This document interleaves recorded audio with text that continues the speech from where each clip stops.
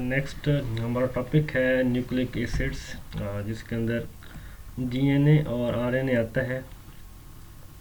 Nucleic acid को सबसे पहले आइसोलेट किया था 1869 के अंदर एफ मिस्चर ने, और पस सेल्स था, पस सेल्स के न्यूक्लाई के अंदर, उसके न्यूक्लाई के अंदर न्यूक्लिक एसिड्स को मीन्स डीएनए और आरएनए को डिस्कवर किया गया। जैसे कि न्यूक्लाई आप लोग जानते हैं, न्यूक्लियस को बोलते हैं, और जो सेल्स की स्ट्रक्चर्स है उसके दरमियान में जो एक गहरा निशान होता है उसे न्यूक्लियस का नाम दिया गया। इसका नाम न्यूक्लिक एसिड क्यों रखा गया? क्योंकि न्यूक्लिक एसिड नेचुरली तौर पर उसका एसिडिक होता है, जिसकी वजह से उसका नाम न्यूक्लिक एसिड रखा गया। न्यूक्लिक एसिड दो टाइप के हैं, एक deoxy ribo nucleic acid DNA, और नेक्स्ट है राइबो न्यूक्लिक एसिड जिसे हम आरएनए बोलते हैं। डीएनए पाया जाता है क्रोमोसोम्स के अंदर के डीएनए अक्सर्स इन क्रोमोसोम्स में डीएनए पाया जाता है, और न्यूक्लाई ऑफ सेल्स,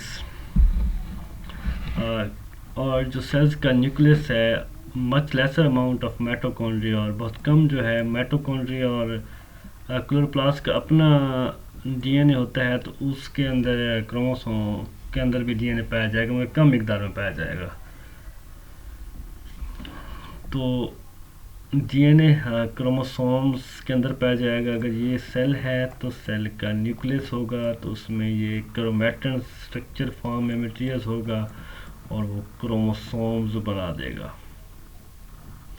और क्रोमोसोम्स बेसिकली ये डीएनए ही होता है जो कंडेंस होकर एक क्रोमोसोम में कन्वर्ट होता है।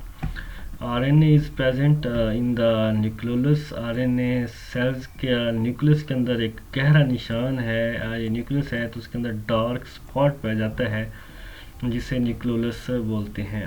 राइबोसोम्स में आरएनए पाया जाता है। सेल के सेलुलर पार्ट साइटोप्लाज्म जिसे बोलते हैं, उसमें भी ये स्ट्रक्चर जो है न्यूक्लिक एसिड की पाई जाती है।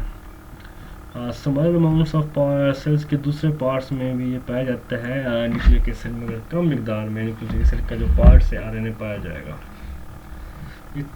आपको एक अहम शॉर्ट क्वेश्चन के बारे में बताया जा रहा है जिसे हम बोलते हैं न्यूक्लियोटाइड।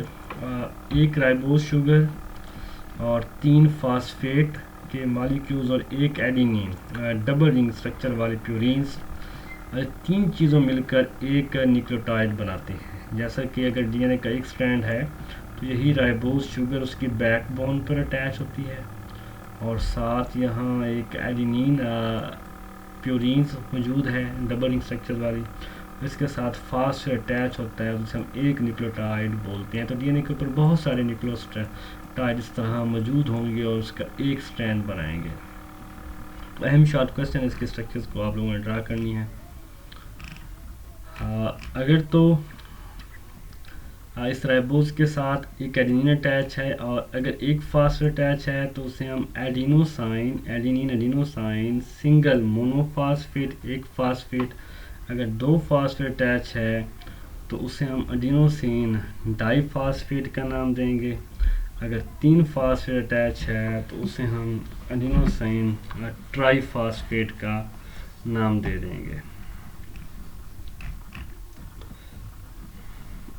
डीएनए को बनाने के लिए 5 कार्बन वाली शुगर होती है मोनोसेक्राइड्स, और जिसे हम पेंटोज शुगर बोलते हैं, और उसके अंदर कुछ नाइट्रोजन कंटेनिंग बेसेस होती हैं और फास्फोरिक एसिड होगा। ये 3 चीज़ें मिलकर एक न्यूक्लियोटाइड बनाती है। जैसे कि हमने डायग्राम में भी देखा है, एक राइबोज शुगर है, 3 फास्फेट ग्रुप अटैच हैं फास्फोरिक एसिड, और एक नाइट्रोजन बेस अटैच है।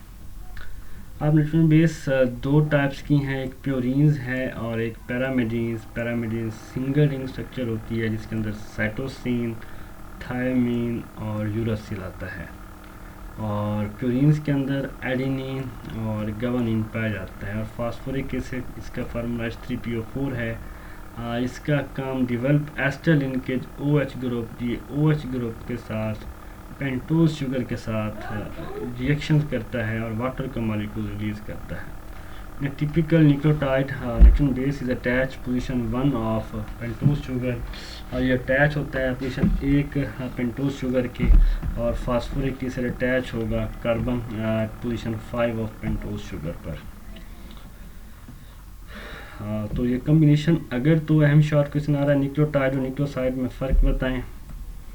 अगर कम्बिनेशन ऑफ बेस और पेंटोज शुगर मिले तो उसे हम न्यूक्लियोसाइड बोलते हैं।